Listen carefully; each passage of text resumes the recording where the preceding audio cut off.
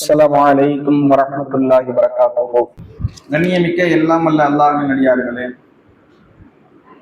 அன்பார்ந்த சகோதர சகோதரிகளே, அபூபக்கர் சித்திக் ரலியல்லாஹு அன்ஹு அவர்களுடைய வரலாற்று தொடரை நாம் பார்த்து வருகிறோம். இறுதியாக அபூபக்கர் ரலியல்லாஹு அன்ஹு அவர்கள் ஆட்சி பொறுப்பை ஏற்பதற்கு பிறகு நடந்த சில நிகழ்வுகளை நாம் பார்க்கின்றோம்.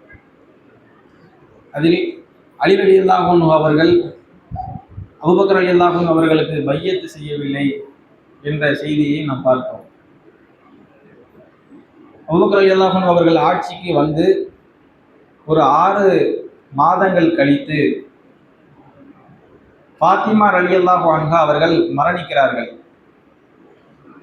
ஏற்கனவே நாம சொல்லும்போது தந்தையினுடைய சொத்தை அவர்கள் கேட்டு அபூபக்கர் ரலியல்லாஹு அன்ஹு அவங்கள்ட்ட ஆள் அனுப்பியிருந்தாங்க. ஆனால் அது பொது உடைமை என்று அவங்க சொல்லிட்டாங்க. இதனால 2 பேரும் பேசிக்கொள்ள 2 பேருக்கு மத்தியில் ஒரு கருத்து வேறுபாடு இருந்தது என்று பார்த்தோம். அலி ரலியல்லாஹு அன்ஹு அவங்களுக்கும் அப்படிதான்.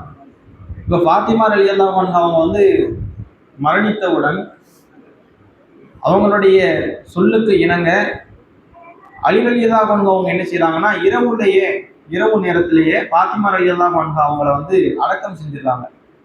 அவங்க தான் தொழுக வைக்கிறாங்க, அடக்கம் செய்யறாங்க. இந்த தகவலை அபூபக்கர் ரலியல்லாஹு அன்ஹு அவங்களுக்கு கூட சொல்லல. அவங்க ஒரு மனக்கசப்புல இருக்கணும், கோவத்துல ஒரு முடிவு எடுப்போம்ல, அந்த மாதிரி என்ன செய்யறாங்கன்னா, அபூபக்கர் ரலியல்லாஹு அன்ஹு அவங்கள்ட்ட வந்து ஃபாத்திமா ரலியல்லாஹு அன்ஹா அவங்க இறந்த தகவலை சொல்லல, அடக்கம் பண்ற தகவலை சொல்லல, இரவோடு இரவாக என்ன செய்யறாங்கன்னா அடக்கம் பண்ணிடுறாங்க என்ற செய்தி நாம பார்க்கிறோம். இப்ப ஃபாத்திமா ரலியல்லாஹு அன்ஹா அவங்க இறந்துட்டாங்க. இப்ப அவங்க ஃபாத்திமா ரலியல்லாஹு அன்ஹா மரணிச்சதுக்கு அப்புறம் மக்கள் மத்தியில ஒரு அதிருப்தியும் இவங்களுக்கு தென்படுது. அது மட்டும் இல்லாம இவங்க அபூபக்கர் ரலியல்லாஹு அன்ஹு அவங்களுக்கு பையத்தும் செய்யாம இருக்கிறாங்க. பையத்தும் செய்யல, அவங்க ஆட்சியாளராக ஏற்றுக்கொள்ளவும் இல்லை. இப்படியே இருக்கும்போது சரி, இப்படியே காலங்கள் போனா சரியில்லை, நாம இதை வந்து ஒரு முடிவு கொண்டு வருவோம் என்று சொல்லி அபூபக்கர் ரலியல்லாஹு அன்ஹு அவங்களை என்ன செய்யறாங்கன்னா ஒரு இடத்துக்கு வர சொல்றாங்க. அப்படி வர சொல்லும்போது, நீங்க மட்டும் வாங்க, உங்களோட வேற யாரையும் நீங்க அழைச்சிட்டு வர வேண்டாம் அப்படின்னு சொல்றாங்க. நபித்தோழர்கள் வந்து இப்படி சொன்னதுக்கு என்ன காரணங்கிறத சொல்லும்போது, உமர் ரலியல்லாஹு அன்ஹு அவங்க கூட வரக்கூடாது, இதுதான் காரணம். ஏன்னா அவங்க வந்தாங்கன்னா சத்தம் போடுவாங்க, ஒரு அந்த இடத்தையே ஒரு இதாக்குவாங்க. அதனால நீங்க மட்டும்தான் வரணும் என்று சொல்லி அலி ரலியல்லாஹு அன்ஹு சொல்றாங்க. ஆனா உமர் ரலியல்லாஹு அன்ஹு அவங்க அங்க என்ன சொல்றாங்கன்னா, நீங்க வந்து போகக்கூடாது, தனியா போகக்கூடாது. ஏன்னா என்ன சூழல்னு நமக்கு தெரியல, என்ன நிலைன்னு தெரியல. இப்படி இருக்கும்போது தனியா போறது சரியில்லை. ஏற்கனவே ஒரு விதமான குழப்பங்கள் எண்ணங்கள்லாம் மக்கள் மத்தியில் ஓடிக்கிட்டு இருக்கும்போது நீங்க தனியா போகக்கூடாது என்று சொல்றாங்க. ஆனா அபூபக்கர் ரலியல்லாஹு அன்ஹு சொல்லிட்டாங்க, இல்ல நான் போய் தான் தீருவேன், என்ன ஆனாலும் பரவாயில்லை அப்படின்னு சொல்லிட்டு என்ன செய்யறாங்கன்னா போறாங்க. போய் அலி ரலியல்லாஹு அன்ஹு அவங்கள்ட்ட பேசுறாங்க.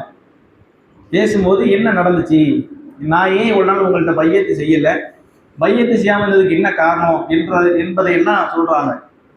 நாங்க வந்து உங்க மேல உள்ள பொறாமை வெறுப்புங்கிறதுனால பையத்து செய்யாம இல்லை, உங்களுக்கும் உள்ள கண்ணியம் எங்களுக்கு தெரியும், அல்லாஹ் உங்களுக்கு எந்த அளவுக்கு கண்ணியத்தை கொடுத்தா, ரசூலுல்லாஹ் உங்களுக்கு எந்த அளவுக்கு கண்ணியத்தை கொடுத்தாங்க என்பதையெல்லாம் நாங்கள் அறிஞ்சு வச்சிருந்துருக்கிறோம்.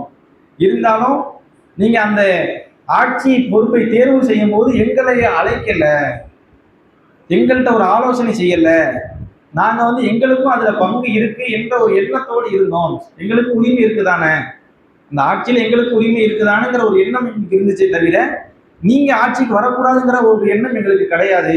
எங்கள்ட்ட நீங்க ஒரு ஆலோசனை, எங்கள்கிட்ட அந்த இடத்துல நீங்க வந்து ஒரு ஆலோசனையா எங்களை கூப்பிட்டு அது ஒரு கருத்து கேட்டிருந்திருக்கணுங்கிறதுனால தான் நம்மள்ட்ட இப்படி கேட்காம இப்படி திருத்திருப்புன்னு எடுத்துட்டாங்கிற ஒரு நாளதான் நாங்க பையத்து செய்யாம இருந்தோம் தவிர வேற ஒரு பொறாமையோ வேற ஒரு எண்ணம் எதுவும் எங்களுக்கு கிடையாது. நான் வந்து உங்களுக்கு பையத்தை செஞ்சு கொடுக்குறேன். அந்த பையத்தை செஞ்சு கொடுக்குற நேரம் என்பது இன்றைய மாலை நேரம், இன்றைய மாலையில நான் உங்களுக்கு பையத்தை செஞ்சு கொடுக்குறேன் என்று சொல்றாங்க. அப்ப இவங்க அபூபக்கர் ரலியல்லாஹு அன்ஹு அவங்க உடனே என்ன செய்யறாங்கன்னா, மக்கள்கிட்ட போய் பள்ளிவாசல்ல தொழுகை நிறைவேற்றிட்டு இது பத்தி தகவல் குறை நிகழ்த்துறாங்க. இந்த மாதிரி அலி ரலியல்லாஹு அன்ஹு அவங்க பேசுனாங்க, ஏன் பையத்தை செய்யலைங்கிற காரணத்தை சொன்னாங்க. இவ்வளவுதான், பேச்சு எல்லாம் முடிஞ்சிட்டு எல்லாம் சுமூகமா இருந்துச்சு, ஒன்றும் பிரச்சனை இல்லை அப்படின்னு சொல்லிட்டு அன்னைக்கு மாலையில என்ன செய்யறாங்கன்னா பையத்து செய்யறதுக்காக வேண்டி போறாங்க. அப்போ அவங்க பையத்தை செஞ்சு கொடுக்குறாங்க. பையத்தை செஞ்சு கொடுக்கும்போது அப்பவும் மீண்டும் இது மாதிரியான தகவலை எல்லாம் சொல்றாங்க. அவங்களும் அபூபக்கர் ரலியல்லாஹு அவங்களும் கூடுதலாக என்ன சொல்றாங்கன்னா, அவங்கள்ட்ட இவங்களும் வருத்தம் தெரிவிக்கிறாங்க. நம்ம இவங்க ஏன்னா அவங்க கூப்பிடக்கூடாதுங்கிறது இல்லை, அந்த சூழல்ல அங்கே இருந்த ஆளுகளோட எல்லாரும் ஒரு குழப்பம், வேற யாராவது வந்துருவாங்களோ, ஏதாவது ஒரு பிரச்சனை வந்துருமோ சொல்லிட்டு டக்குன்னு, ஏன்னா இவங்களே வந்து உமர் ரலியல்லாஹு அவங்கள தான் பரிந்துரை செஞ்சுட்டு போயிடுறாங்க.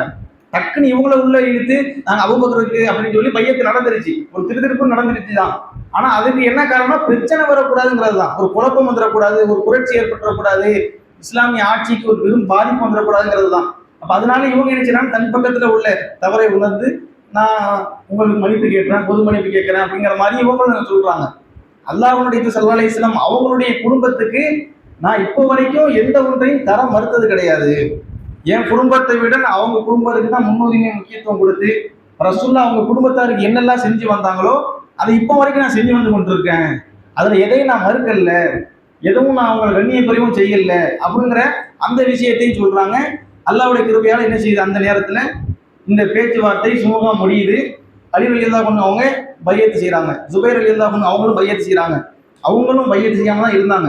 ஏதாவது பிரச்சனை வந்துருமோ என்று சொல்லி அந்த ஜுபைர் ரலியல்லாஹு அன்ஹு அவங்களுடைய வாளை உடைச்சிடறாங்க சில சஹாபாக்கள். ஏன்னா அந்த நேரத்துல எதுவும் பிரச்சனை வந்துடக்கூடாதுன்னு சொல்லிட்டு. ஆனா அல்லாஹ்வுடைய கிருபையால பிரச்சனை வரல, எதுவும் இல்லை, நல்ல முறையில பையத்து செய்யப்படுது. 6 மாதம் வரைக்கும் பையத்து செய்யாம இருந்த அபூபக்கர் ரலியல்லாஹு அன்ஹு அவங்கள்ட்ட அலி ரலியல்லாஹு அன்ஹு பையத்து செஞ்சுறாங்க. அப்ப இதுக்கப்புறம் என்னன்னா, சஹாபாக்களுக்கு மத்தியில பெரும் அதிருப்தி இல்லை, எல்லாரும் நல்ல முறையில் என்ன செய்யறாங்க, ஒன்றிணைஞ்சு அபூபக்கர் ரலியல்லாஹு அன்ஹு அவங்களுடைய ஆட்சி ஏற்றுக்கொண்டிருக்கிறாங்க. அதுக்கு அவங்களே ஒத்துக்கொண்டு இருக்கிறாங்க, அல்லாஹ்வுடைய தூதர் அப்படித்தான் முன்னிறுத்தினாங்க என்ற செய்தியெல்லாம் ஒத்துக்கொண்டு இப்ப கரெக்டா போயிட்டு இருக்கு. ஆனா இந்த நேரத்தில் திடீர்னு ஒரு கூட்டம் என்ன செய்யறாங்கன்னா, நாங்க இனிமேல் ஜக்காத்து கொடுக்க மாட்டோம் அப்படின்னு சொல்றாங்க.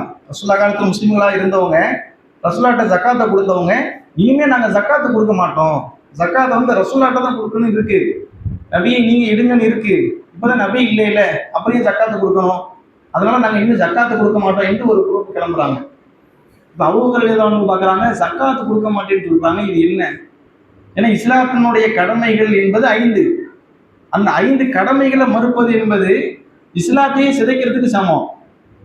ஒரு ஆளு இனிமே நான் தொழுக மாட்டேங்கிறத விட தொழுகை ஒண்ணு கிடையாது, இனிமே தொழுகையே செய்ய மாட்டேன், யாரும் செய்யாதீங்க இப்படின்னு சொல்றாருன்னா இப்படி, இதை நம்ம எப்படி பார்ப்போம்? ஒரு ஆளு பலவீனத்தினால் தொழுகாம இருக்காருங்கிறது ஒண்ணு, நம்மளே பலவீனத்தினால தொழுகாம இருக்கிறது உண்டு. சில தொழுகாம ஒரு ஆளு அதெல்லாம் தொழுக முடியாதுங்க, தொழுகலாம் ஒண்ணு கிடையாது, இப்பெல்லாம் தொழுகிறதெல்லாம் இல்லை, யாரும் தொழுவாதீங்க இப்படின்னு சொல்றாரு. அப்ப இப்படி சொல்லும்போது அபூபக்கர் ரலியல்லாஹு அன்ஹு பாக்குறாங்க, இது வந்து சரியான பேச்சு இல்லையே, இப்படி யாரெல்லாம் இருக்கிறீங்களோ அவங்களோட நான் போர் செய்வேன் அப்படின்னு அறிவிப்பு செய்யறாங்க. அப்ப உமர் ரலியல்லாஹு அன்ஹு பாக்குறாங்க, அல்லாஹ்வுடைய ஸல்லல்லாஹு அலைஹி வஸல்லம் அவங்க வந்து அல்லாஹ்வை மட்டும் வணங்கக்கூடியவங்களுக்கு எதிராக போர் செய்யக்கூடாதுன்னு சொல்லியிருக்கிறாங்களே, அவங்க அல்லாஹ் மட்டும் தான் வணங்குறாங்க, நீங்க எப்படி அவங்களோட போர் செய்வீங்க அப்படின்னு சொல்லி சொல்றாங்க. அப்ப அபூபக்கர் ரலியல்லாஹு அன்ஹு என்ன சொல்றாங்கன்னா, தொழுகையையும் ஜக்காத்தையும் யார் பிரித்து பார்க்கறாங்களோ அவங்களோட கண்டிப்பா நான் போர் செய்வேன். அல்லாஹ் வணங்குறதுன்னா என்ன, தொழுகையை எப்படி பார்க்கணுமோ அதே தான். ஏன்னா குர்ஆன்ல நீங்க எங்க எடுத்து பார்த்தாலும் அகீமு ஸலாத்த வாத்து ஜக்காத் அல்லாஹ் இணைத்ததுன்னு சொல்லுவான், ரெண்டையும் பிரித்து பார்க்கவே முடியாது. தொழுகை எப்படி கடமையோ அது போல ஜக்காத்தும் கடமை. நீ அல்லாஹ் வணங்குறன்னு தொழுக மட்டும் செஞ்சு ஜக்காத்து கொடுத்தா எப்படி, அது பொருளாதாரத்துக்குரிய ஒரு கடமை, அல்லாஹ்வுடைய சட்டத்துல அது உள்ளது. அதை செய்ய மாட்டேன் செய்ய முடியாதுன்னு சொன்னா அதை எப்படி பார்க்க முடியும்? இது இஸ்லாத்தையே குழி தோண்டி புதைக்கிறதுக்கு சமம். இப்படி செய்வவங்க உண்மையை அல்லாஹ்வை வணங்குற ஆக முடியாது. அப்ப அவங்கள நான் எதிர்த்து போர் செய்யத்தான் செய்வேன் என்று ஆணித்தரமா பேசுறாங்க. அப்ப உமர் ரலியல்லாஹு அன்ஹு அவங்க கொஞ்ச நாள் அப்படியே பார்க்கும்போது அவங்க அதுக்கப்புறம் சொல்றாங்க, அல்லாஹ் வந்து அபூபக்கர் ரலியல்லாஹு அன்ஹு அவங்களுடைய உள்ளத்துல இதை வந்து விரிவடை செஞ்சுட்டான், எனக்கும் அந்த கருத்து சரிதான் என்று தோன்றிவிட்டது என்று சொல்லி அவங்களும் அந்த கருத்துக்கு உடன்படுறாங்க. இஸ்லாத்து பின்வாங்கி போனவங்களை எதிர்த்து களம் கண்டதை பார்க்கிறோம். இப்படியான நிகழ்வு நடந்துச்சு. அதே போல அதுக்கப்புறம் முசைலமா என்று சொல்லக்கூடிய ஒருவன் வந்து என்ன செய்யறான்னா, நான் தான் நபி என்று வாதிடுறான். ரசூலுல்லாஹ் ஏற்கனவே முன்னறிவு செஞ்சிருந்தாங்க, எனக்கு பிறகு நபி என்று பொய்யர்கள் தோன்றுவார்கள், பல பேர் தோன்றுவாங்க. சமீப காலத்துல நபி என்று சொன்னவங்களும் உண்டு. சிலர் வந்து நபின்னு சொல்லாட்டி என்ன செய்வாங்க, மகதி. நீங்க வந்து வரலாற்றை எடுத்து பார்த்தீங்கன்னா நான் தான் மகதின்னு எக்கச்சக்க பொய்யர்கள் தோன்றியிருக்கிறாங்க. நான் தான் மகதி, நான் தான் மகதி, நான் தான் மகதி என்று சொல்லி. இப்ப நமக்கு தெரியல, ஆனா இப்பவும் அது மாதிரி சொல்லக்கூடியவங்க இருக்கிறாங்க. நான் தான் மகதி என்று சொல்ல, இந்த மாதிரி சொல்லக்கூடியவங்க இருப்பாங்க. ரசூலுல்லாஹ் இதெல்லாம் முன்னே எச்சரிக்கை செஞ்சுட்டாங்க. அது மாதிரி நான் தான் நபி என்று சொல்லக்கூடிய ஒருவன் ரசூலுல்லாஹ்வுக்கு பின்னாடியே ரசூல்லா காலத்துக்கு அடுத்தே வந்துட்டான். அப்ப அந்த கயவருக்கு எதிராகவும் என்ன செய்யறாங்க வந்து போர் தொடுக்கிறாமா போர். அவனும் இவங்களுக்கு எதிராக போர் தொடுக்க வரான், இவங்களும் போர் தொடுக்கிறாங்க. அப்படி போர் செய்யும் போது வஹ்ஷி என்று சொல்லக்கூடிய ஒருவர், வஹ்ஷி யார் தெரியுமா? வஹ்ஷி கேள்விப்பட்டிருக்கீங்களா? ஹம்சா ரலியல்லாஹு அன்ஹு அவங்கள கொண்டவங்க. இப்ப அந்த வஹ்ஷி வந்து என்ன செய்யறாங்கன்னா, இவங்க இந்த போர்ல கலந்துக்கிறாங்க. ஏன்னா அவர் என்ன சொல்றாருன்னா, நான் ஹம்சாவை கொண்டிருக்கிறேன். ஏன்னா அவங்க ரசூலுல்லாவுக்கு தந்தையும் சகோதரர். அது மட்டும் இல்லாம ஒரு வீரமானவங்க. ரசூல்லா அதை எப்படி பார்த்தாங்கன்னா, ஒரு முறை வஹ்ஷி அவங்க வந்து ரசூலுல்லாவுக்கு முன்னாடி வரும்போது, நீங்க வந்து என் முன்னிலையில வராம இருந்தா நல்லா இருக்குமே. ஏன்னா அவங்க பார்க்கும் போதெல்லாம் அவங்களுக்கு அந்த நினைப்பு வருது. நீங்க தானே பெரிய சின்ன தந்தையை கொண்டீங்க. அது ரசூலுல்லாவுக்கு ஒரு மிகப்பெரிய ஒரு இழப்பு. அதை நினைச்சு வருத்தப்பட்டுட்டே இருக்கிறாங்க. உங்களை பார்க்கும்போது எனக்கு அந்த நினைப்பு வருது. ஆனா நான் வெறுப்பை காட்டக்கூடாது. ஏன்னா நீங்க இஸ்லாத்துக்கு வந்துட்டீங்க. அவர் பிற்காலத்தில் இஸ்லாத்துக்கு வந்துட்டாரு. நீங்க இஸ்லாத்துக்கு வந்தனால உங்களை நான் வெறுக்க முடியாது, அது எதுவும் செய்ய முடியாது. ஆனா உங்களை பார்க்கும்போது அந்த நினைப்பு இருக்கு. நீங்க என் முன்னிலையில வராம தான் நல்லா இருக்கு என்ற அளவுக்கு ரசூலா சொல்றாங்க. இப்ப அவர் மனசு எப்படி வச்சிருக்கோம், என்னடா நம்ம இப்படி செஞ்சுட்டோமே அப்படின்னு. அப்ப அதுக்கு நாம கணக்கு தீக்கணும்னா இப்ப என்ன செய்யறது?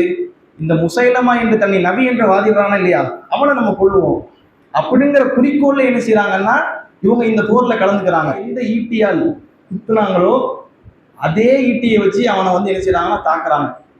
அதுக்கப்புறம் அவன் கொல்லப்படுறான். அவன் தான் முசைலமா என்று சொல்லப்படுது. அப்பதான் அவருக்கு ஒரு மன ஆறுதல்.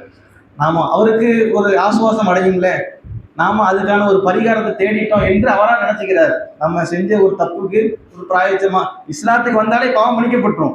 பொதுவாக ரசூலுல்லாஹ் அப்பதான் சொல்றாங்க, நீங்கள் வந்து இதுக்கு முன்னாடி என்ன தப்பு செஞ்சிருந்தாலும் சரி, இணை வைப்பு பாவத்தை செஞ்சிருந்தாலும் இஸ்லாத்துக்கு வந்து விட்டால் உங்களுக்கு அந்த பாவம் மன்னிக்கப்பட்டு விடும். அதுவே பாவ மன்னிப்பு கிடைச்சிட்டு இருந்தாலும் மன வருத்தம் இருக்குமா இல்லையா, அல்லாஹ் மன்னிச்சிட்டான், நமக்குன்னு ஒரு மன உறுத்தல் இருக்கும். அதுக்கு அவர் ஒரு பிராயச்சித்தமா என்ன செய்யறாங்க, இந்த நிகழ்வை செய்யறாங்க என்பதை பார்க்கிறோம். அப்ப இதெல்லாம் என்ன காட்டுதுன்னா, அபூபக்கர் ரலியல்லாஹு அன்ஹு அவங்க வந்து இஸ்லாத்துக்கு விரோதமாக ஒருவர் வந்து விட்டால் அதை கடுமையான முறையில கட்டுப்படுத்துறாங்க. அவங்க வந்து ஒரு ரொம்ப சாஃப்டான கேரக்டர் நம்ம நினைக்கிறோம். ஆனா அவங்க அப்படி இருந்துக்கிறாங்க. எல்லா நேரத்துலயும் அப்படி இருக்க முடியாதுல்ல. எந்த இடத்துல வீரமா இருக்கணுமோ, எந்த இடத்துல ஆட்சி தலைவராக இருக்கணுமோ அந்த மாதிரி அவங்க வந்து அந்த இடத்துல கட்டுப்படுத்தி, யாரெல்லாம் இஸ்லாத்துக்கு விரோதமா முளைக்கிறாங்களோ எல்லாரையும் நல்ல முறையில் அவங்க கட்டுப்படுத்தி, இது போன்று உள்ளவங்க என்ன செய்யறாங்கன்னா அழிக்கிறாங்க, இல்லாம ஆக்குறாங்க. எமாமா போர்ல என்ன செய்யறாங்கன்னா நிறைய சகாபாக்கள் கொல்லப்படுறாங்க. குர்ஆனை மனனம் செஞ்ச சகாபாக்கள் நிறைய கொல்லப்படுறாங்க. இப்போ உமர் ரலியல்லாஹு அன்ஹு அவங்க வந்து என்ன செய்யறாங்கன்னா, அபூபக்கர் ரலியல்லாஹு அன்ஹு அவங்கள்ட்ட வந்து ஒரு ஆலோசனை, இந்த மாதிரி சகாபாக்கள் குர்ஆனை மனப்பாடம் செஞ்சவங்க கொல்லப்படுறாங்க. இப்படியே கொல்லப்பட்டாங்கன்னா அப்போ குர்ஆன் மனனம் என்பது இல்லாம போயிடும். அப்போ குர்ஆனை நம்ம என்ன செய்யணும்னா அதை தொகுக்கணும். ஏன்னா ரசூலுல்லாஹ் காலத்துல குர்ஆன் வந்து ஓசை வடிவத்துல வந்துச்சு. அதை ரசூலுல்லாஹ் எழுதி வச்சுக்கிட்டாங்க, பேப்பரா. அவங்க காலத்துல வந்து எலும்பு தோல் இது மாதிரி எழுதி எல்லாம் தனித்தனியா இருக்கு, ஒரு தொகுப்பா இல்லை. சும்மா அங்கங்க அப்படி விட்டு விட்டா இருக்கு. இப்படியே எல்லாரும் கொல்லப்பட்டாங்கன்னா அப்போ குர்ஆன் இல்லாம மக்களுக்கு கிடைக்காம போயிடும், நம்ம அதை தொகுக்கணும் என்று சொல்லி ஒரு ஆலோசனை சொல்றாங்க. அப்ப அபூபக்கர் ரலியல்லாஹு அன்ஹு என்ன செய்றாங்கன்னா, அல்லாஹ்வுடைய தூதர் அதை செய்யலையே, நாம எப்படி அதை செய்ய முடியும்? அப்போ அவங்க எல்லாத்தையும் என்ன செய்யறாங்கன்னா, ஒரு சஹாபாத் சொல்லிட்டாங்களா நம்ம அதை செஞ்சிருவோம்னு நினைக்கல, ரசூல்லா அதை ஏன் செய்யல, ரசூல்லா செய்யாத நம்ம எப்படி செய்ய முடியும்? அப்ப இன்னைக்கு வந்து நபித்தோழருடைய கூற்று மார்க்கம் தான், நபித்தோழர்கள் சொன்னாலே அதை செய்யணும்னு சொல்றாங்களா இல்லையா? ஆனா சஹாபாக்கள் அப்படி இல்லை. ஒரு நபித்தோழர் சொன்னாலும், அதுவும் உன்னதமான மேன்மை படைத்த ஒரு நபித்தோழராக இருந்தாலும் அது மார்க்கத்துக்கு உகந்ததான்னு தான் பாக்குறாங்க. ரசூல்லாவுக்கு அது பொருத்தமா இருக்குமா, ரசூல்லாவுடைய கொள்கைக்கு மாற்றமா இல்லாம இருக்குமான்னு பாக்குறாங்களே தவிர, அது ஒரு நபித்தோழரே சொல்லிட்டாங்களே செய்வோம்னு வரல. ரசூல்லா அதை செய்யலையே, நம்ம எப்படி அதை செய்ய முடியும் என்று சொல்லி ஆரம்பத்துல அதுக்கு அவங்க ஒத்துக்கல. அதுக்கப்புறம் இந்த பேச்சுவார்த்தை போய்கிட்டே இருக்கு, நீண்ட நாள் போய்கிட்டே இருக்கு. அதுக்கப்புறம் அவங்களுடைய உள்ளத்திலே அல்லாஹ் வந்து இல்லை இது சரியான ஒரு பணிதான் என்று உள்ளத்தை ஒதுக்கி வைக்கிறான். இது மார்க்கத்துக்கு முரணானது இல்லை, இல்ல ஏற்கனவே இருக்கிறத ஒன்றுபடுத்துறோம். இதுல வந்து மார்க்கம் நமக்கு தடை விதிக்கல, இது புதுசா உருவாக்கப்பட்டது இல்லை. ஆல்ரெடி குர்ஆன் இருக்கு, எல்லாமே எழுதப்பட்டும் இருக்கு. அதை ஒன்றிணைக்கிற வேலையை தான் செய்யணுமே தவிர அதுல புது மாற்றம் ஒன்றும் செய்யல. அப்ப இது ஒன்றும் தப்பு இல்லை என்பதை அவங்க உணர்ந்து அதுக்கப்புறம் என்ன செய்யறாங்கன்னா, சரி நம்ம குர்ஆனை தொகுப்பு என்று சொல்லி அபூபக்கர் ரலியல்லாஹு அன்ஹு ஆலோசனை செய்யறாங்க. ஆலோசனை செஞ்சு அதுக்கு ஒரு ஆளை நியமிக்கிறாங்க. யாரை நியமிக்கிறாங்க தெரியுமா? உஸ்மான் ரலியல்லாஹு அன்ஹு அவங்க ஆட்சிக்கு வரும்போது அபூபக்கர் ரலியல்லாஹு அன்ஹு அவங்க தொகுத்த குர்ஆனை பிரதி எடுத்து பல பாகங்களுக்கு அனுப்பி வச்சாங்க. அந்த வேலையை அவங்க செஞ்சாங்க. ஆனா முதல்ல தொகுத்தது வந்து இவங்க தான். செய்து பின் சாபி கேள்விப்பட்டிருக்கீங்களா?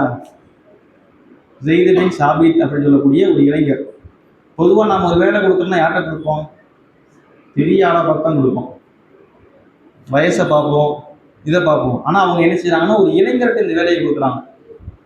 அப்படி கொடுக்கும்போது என்ன சொல்கிறாங்கன்னா, நீங்கள் ரசூலுல்லாஹ்வுடைய எழுத்தர், நீங்கள் வஹி எழுதக்கூடியவங்களா இருந்தீங்க, இந்த குர்ஆனில் கரெக்டான நாலேஜ் உங்களுக்கு இருக்குது, வயசு முக்கியம் இல்லை, ஆனால் அனுபவம் இருக்குது, நீங்கள் தான் இதை சரியாக செய்ய முடியும் நாங்கள் நம்புகிறோம் அப்படின்னு சொல்லும்போது அவங்களும் திருப்பி இதே கேள்வி கேட்குறாங்க, ரசூலுல்லாஹ் செய்யாத நம்ம எப்படி செய்ய முடியும்? அப்போ அவங்கெல்லாம் எந்த அளவுக்கு இந்த ரசூலுல்லாஹ் ஒன்று செய்யலைன்னா நம்ம செய்யக்கூடாதுங்கிற அந்த கான்செப்ட்ல தான் இருந்திருக்காங்களே தவிர, அபூபக்கர் உமர் ரலியல்லாஹு அன்ஹு சொல்லிட்டாங்க இதுக்கு மேலே என்ன பேச்சு, ஆட்சியாளர் சொல்லிட்டாங்க அப்படிலாம் இல்லை.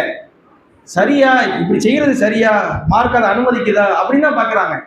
ரசூலுல்லாஹ் செய்யாத நம்ம எப்படி செய்ய முடியும்னு கேட்கும்போது அவங்கள்ட்ட இந்த பேச்சுவார்த்தை போய் கடைசியில் அவங்க உள்ளத்தையும் அல்லாஹ் வந்து ஒரு வெளிச்சத்தை கொடுத்து இது சரிதான் சொல்லி இதை தொகுப்புங்கிற மனநிலைக்கு வராங்க. ஆனாலும் அவங்க என்ன சொல்றாங்கன்னா, நீங்க ஒரு மலையை பெயர்க்க சொன்னாலும் கூட என்னால் பெயர்க்க முடியும், இது அதை விட கடினமானது இல்லை. ஒரு மலையை நீங்க வந்து அதை உடைச்சி அதை இது பண்ணுங்கன்னு சொன்னா கூட என்னால் செய்ய முடியும், ரொம்ப கடினமானது அப்படின்னு சொல்றாங்க. ஆனா அல்லாஹ்வுடைய கிருபையால அவங்க தான் என்ன செஞ்சாங்க, அதுக்கப்புறம் அந்த குர்ஆனை தொகுக்குறாங்க. இன்னைக்கு நாம குர்ஆனை ஒரு தொகுப்பாக வச்சு ஓதுறோம் அப்படின்னா அதனுடைய ஒட்டுமொத்த நன்மையும் யாருக்கு போகும்? அந்த ஸெய்து பின் சாபித் ரலியல்லாஹு அன்ஹு அவங்களுக்கு போகும், அபூபக்கர் ரலியல்லாஹு அன்ஹு அவங்களுக்கு போகும், உமர் ரலியல்லாஹு அன்ஹு அவங்களுக்கு போகும். அவங்களுடைய உழைப்பு, ஒரு சிறுவருடைய உழைப்பு அல்லாஹ் இந்த சமூகத்துக்கு எவ்வளவு பெரிய இதாக்கிருக்கான். இந்த மாதிரி நம்ம காலத்தில் உள்ள சிறுவருடைய உழைப்பு இருக்குமா? பெருமளவுக்கு இல்லாததான் பார்க்குறோம். அப்போ அவங்க என்ன செய்யறாங்க, அதுக்கப்புறம் குர்ஆனை ஒன்று திரட்டி அபூபக்கர் ரலியல்லாஹு அன்ஹு அவங்கள்ட்ட கொடுக்குறாங்க. ஆனால் இப்பவும் அந்த குர்ஆன் என்ன செய்யப்படுறதுன்னா மக்களுக்கு பொது விநியோகமா இல்லை, தொகுக்கப்பட்டு ஒரு பிரதி எடுக்கப்பட்டு அவங்கள்ட்ட இருக்கு. இவங்களுக்கு அப்புறம் அதை உமர் ரலியல்லாஹு அன்ஹு அவங்க வச்சிருக்கிறாங்க. அவங்க மௌத்துக்கு பிறகு அதை ஹப்ஸா ரலியல்லாஹு அன்ஹா, உமர் ரலியல்லாஹு அன்ஹு அவங்களுடைய மகள் ரசூலுல்லாஹ்வுடைய மனைவி அவங்கள்ட்ட கொடுக்குறாங்க. இப்பதான் உஸ்மான் ரலியல்லாஹு அன்ஹு அவங்க வந்து மீண்டும் பல பேர் ஒரு கொல்லப்படுறது, இன்னும் குர்ஆனை மக்கள் சில பேர் சில வசனத்தை மட்டும் வச்சுக்கிட்டு இதுதான் குர்ஆன் சொல்ல ஆரம்பிக்கிறாங்க, கொஞ்சம் பேர் இதை வச்சுக்கிட்டு இதுதான் குர்ஆன் அப்படின்னு சொல்றாங்க. இப்படி இருக்கும்போது சரி குர்ஆனை முழுமையா தொகுத்து பல பாகம் காணிக்கணும்னு சொல்லி பழைய குர்ஆன் கொஞ்சம் கொஞ்சமா விட்டு விட்டா வச்சிருக்காங்களே இல்லையா, அதை எல்லாத்தையும் அவங்க எரிச்சிட்டு பொது எல்லாருக்கும் பொது விநியோகம் பண்றாங்க. அவங்களுடைய ஆட்சியில் இது மாதிரியே நிறைய நற்பணிகளை செஞ்சாங்க. ஆனா அல்லாஹ்வுடைய ஒரு நாட்டம், ரொம்ப நாள் ஆட்சி செய்ய முடியல, 2.5 வருஷம் தான் ஆட்சி செய்யறாங்க. அதுக்கப்புறம் அவங்க என்ன செய்யறாங்க, மரணிக்கிறாங்க. அவங்க மரணிக்கிற அந்த ஒரு தருணம், மௌத்தா போறதுக்கு முன்னாடி ஆயிஷா ரலியல்லாஹு அன்ஹா அவங்கள்ட்ட கேட்குறாங்க, இன்னைக்கு என்ன நாள், இன்னைக்கு திங்கக்கிழமை ரசூலுல்லாஹ் மௌத்தா போன நாள், அப்போ நான் இன்னைக்கு மௌத்து வந்துன்னு நினைக்கிறேன். அவங்க ஆசைப்படுறாங்க, ரசூலுல்லாஹ் மௌத்தா போன அன்னைக்கு நம்மளும் மௌத்தா போகணும், மௌத்தை விரும்பக்கூடாது. அவங்க என்ன நினைக்கிறாங்கன்னா அல்லாஹ் வந்து இன்னைக்கு தான் நமக்கு மௌத்து தருவானோங்கிற ஒரு எண்ணம் அவங்க நினைக்கிறாங்க. ஆனால் அவங்க அன்னைக்கு மௌத்தாகல, செவ்வாய்க்கிழமை தான் மௌத்தாகிறாங்க. இப்போ அவங்க மௌத்தாகக்கூடிய நேரத்தில் ரசூலுல்லாஹ் எங்கே அடக்கப்பட்டாங்களோ அவங்களுடைய வீட்டில் ஆயிஷா ரலியல்லாஹு அன்ஹா அவங்களுடைய இல்லத்தில் தான் அடக்கப்பட்டாங்க. அதுக்கு மெயின் ரீசன் என்னன்னா, காரணம் என்னன்னா, பொது மைய வழியில் வச்சோம்னா அதை வணக்கக்கூடிய இடமா ஆக்கிடுவாங்க, அதுக்கு பயந்து தான். வீட்டில் அடக்கப்பட்டது காரணம் என்னன்னா இதுதான், பொது மையவாடியா வச்சோம்னா மக்கள் அதை கொண்டாடும் விழா கொண்டாட இடமா ஆக்கிடுவாங்களோ என்று சொல்லி அவங்கள வந்து வீட்டிலே அடக்கம் பண்றாங்க. அவங்க மூத்தாகிறதுக்கு முன்னாடி அடுத்த ஆட்சியாளர் பிரச்சனை வரக்கூடாதுன்னு சொல்லிட்டு, ஏன்னா ரசூலுல்லாஹ் மூத்தானதுக்கு அப்புறம் ஒரு பிரச்சனை வந்துருச்சு, இது மாதிரி வரக்கூடாதுன்னு சொல்லிட்டு முன்னையே உமர் ரலியல்லாஹு அன்ஹு அவங்க தான் ஆட்சியாளராக வரணும் என்று அவங்க வந்து ஆல்ரெடி, ஏன்னா இவங்க ஆரம்பத்திலேயே அவங்கள தான் சொல்லியிருந்தாங்க, இவங்களுக்கு அப்புறம் அவங்க தான் வரணும் என்பதை என்ன செய்யறாங்க மக்களுக்கு சொல்லிடுறாங்க. அதுல எந்த ஒரு பிரச்சனையும் வராம அவங்க என்ன செய்யறாங்கன்னா ஆட்சியாளராக தேர்வு செய்யப்படுறாங்க. இப்போ அவங்க மௌத்துல அதுல இன்னொன்று என்னன்னா, அவங்க அடக்கம் பண்ற அந்த துணி இருக்கா இல்லையா, அது பற்றி வரக்கூடிய செய்தி, கஃன் இருக்குது, ஒரு பழைய துணியை தான் அவங்க வந்து அடக்கம் பண்ண சொல்றாங்க. அவங்க மக்கள்லாம் இது பழசா இருக்குத, இதை வச்சு எப்படி அடக்கம் பண்றது, மூத்தானலுக்கு பழசை விட வேறு என்ன, அவங்க மூத்தாயிட்டாங்க, அதுக்கப்புறம் அவருக்கு புதாட போட்டு என்ன ஆக போகுது, நீங்க வந்து தாராளமா இந்த பழைய துணியால நீ அடக்கம் பண்ணுங்க. மரணத்த நேரத்துல கூட ஒரு எளிமையை தான் அவங்க என்ன செஞ்சுக்கிறாங்க, நாடி இருக்கிறாங்க.